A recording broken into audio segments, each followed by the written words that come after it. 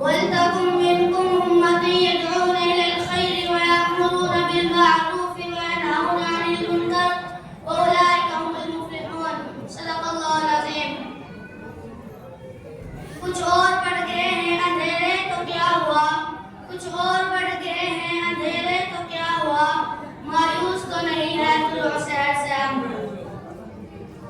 صدر محترم، مشفق و مربی، اساتذہ اکرام اور احباب گرامی، آج کی اس خوبصورت نظم میں میری تقریر کا موضوع ہے دعوت اسلامی.